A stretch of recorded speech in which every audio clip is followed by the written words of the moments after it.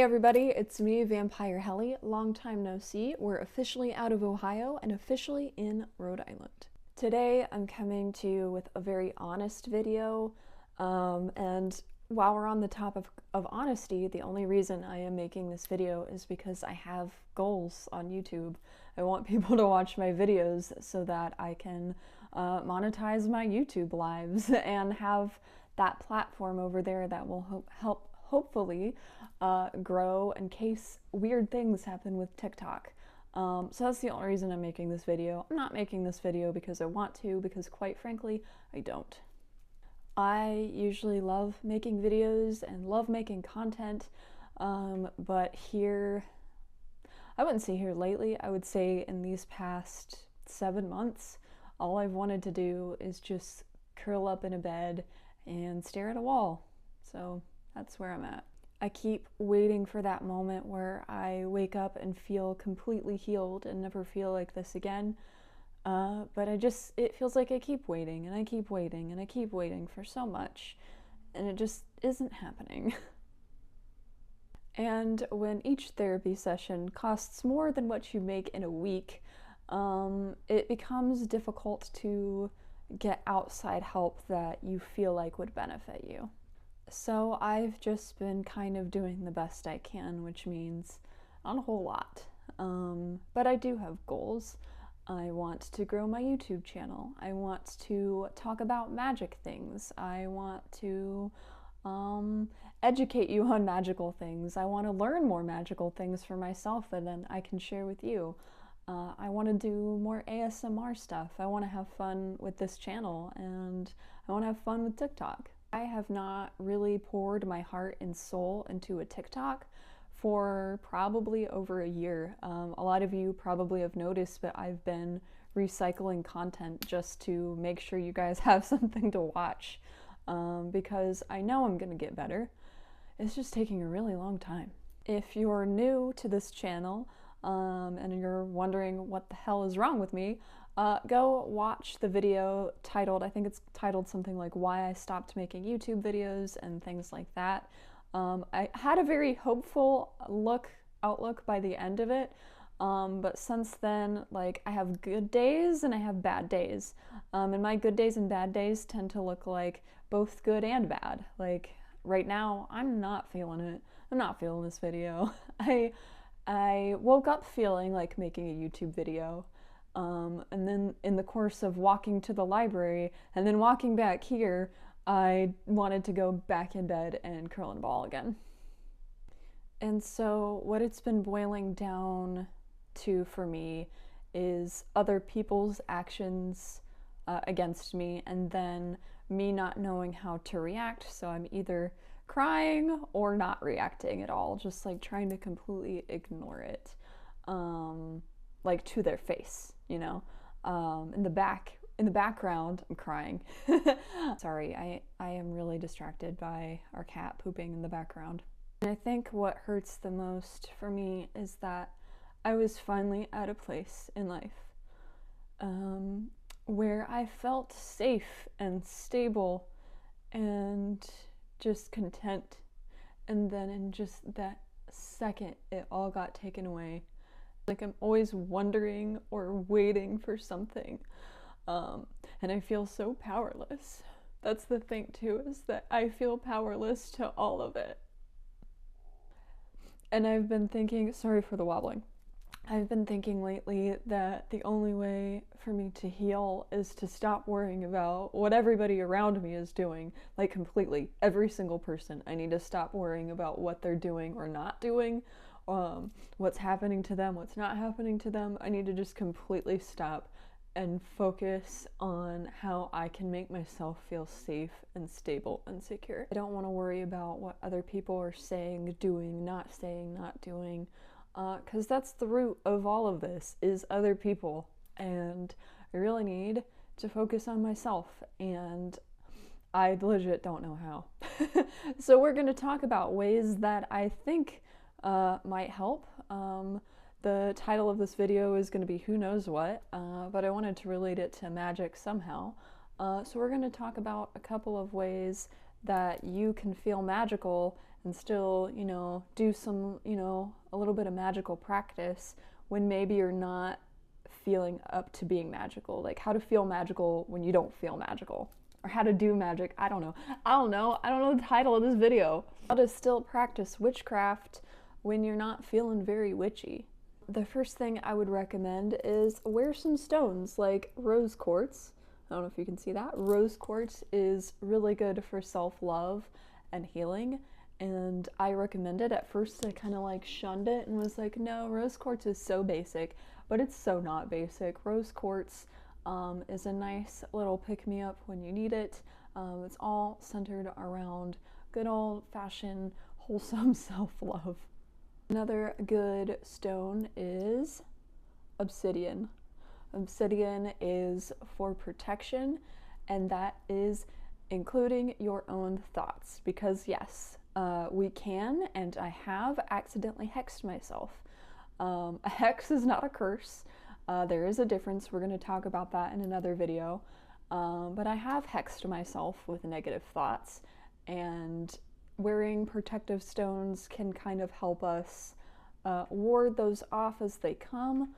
There are other things you can do as well, like wear lavender, dragon's blood, have some dragon's blood incense, things like that. They're super easy to put on and not a whole lot of maintenance, which is what we're focused on doing on this video, is doing witchcraft that doesn't require a lot of maintenance as we self-heal together. Because I'm not telling you what to do, I'm telling myself what to do. I'm giving myself advice because I need it. Another really great thing you can do and should do is drink your water. I know it's not that magical, but water is kind of magical. It's very cleansing.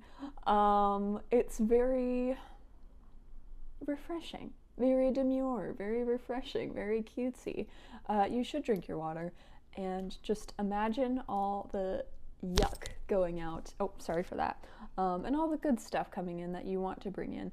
Speaking of water, taking ritual baths can be really, really helpful for not only our mental health, but our witchcraft practice, and that's what we're doing. We're blending the two, and these two things should always be blended together, at least in some form.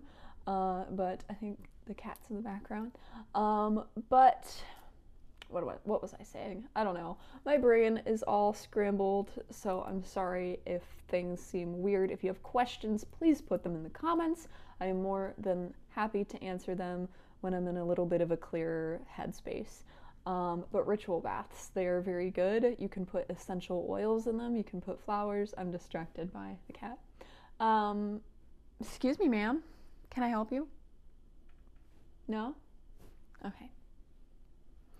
So ritual baths can be extremely healing and helpful. You can put lavender, again, dragon's blood, any kind of magical oils. Don't touch my glasses, thank you.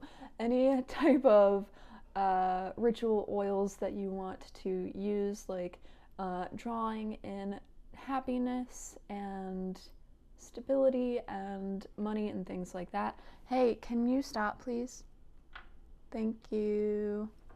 So yeah, ritual baths. Those are good ways to, easy ways to kind of give yourself some self-care and rest and relaxation while also practicing your witchcraft.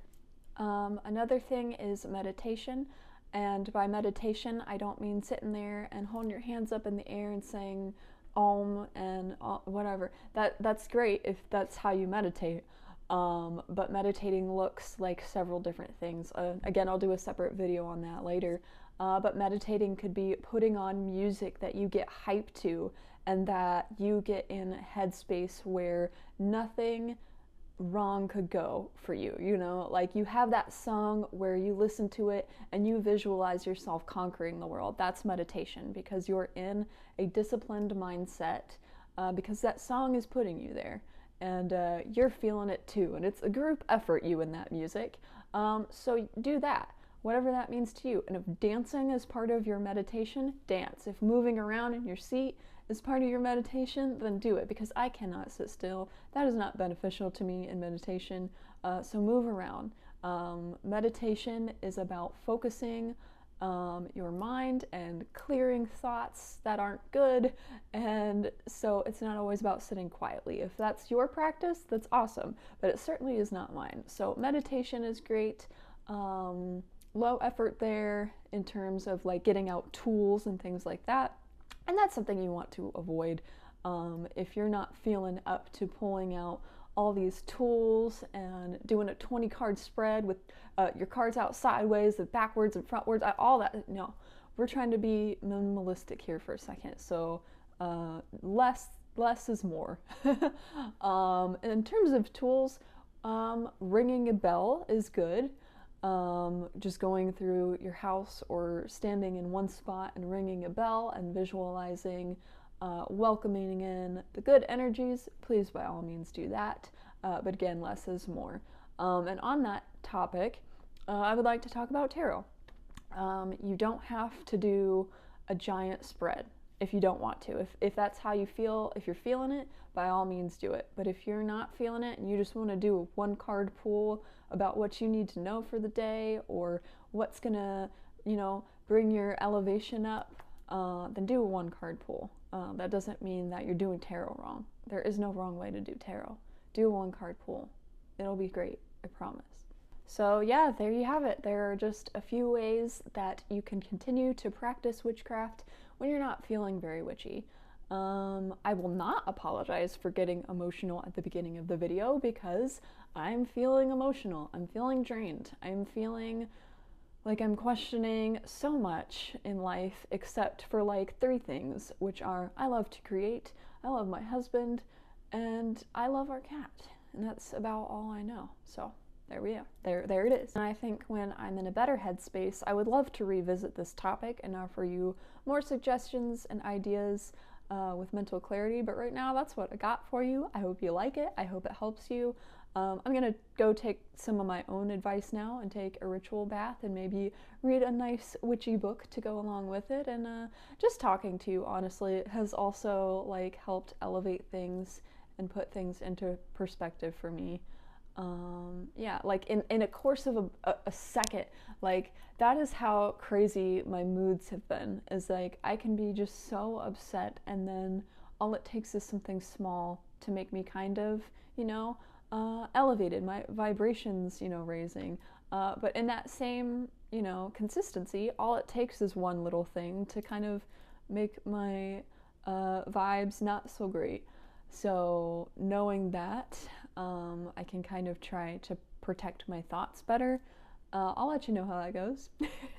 And I really am going to try and focus more on what I'm doing and less on worrying about what everybody else is doing or not doing. And I'll let you know how that goes for me too, and what I discover in that journey, because I think there is a balance somewhere. It's not all about, it's not this attitude of, oh, I only rely on myself because everybody else has let me down. No, there's like, that's not healthy either. So finding a balance is what I'm going to be working on my thought process with. So yeah, that's all I got. I'm just going to start rambling at this point if I don't shut this video down. So I hope this video helped you, gave you a little bit of update, and yeah, follow me on my journey of trying to not be depressed. Isn't that the struggle? Isn't that the struggle? Well, thank you for listening to my video. I hope this helped, and I'll see you in the next one. Bye!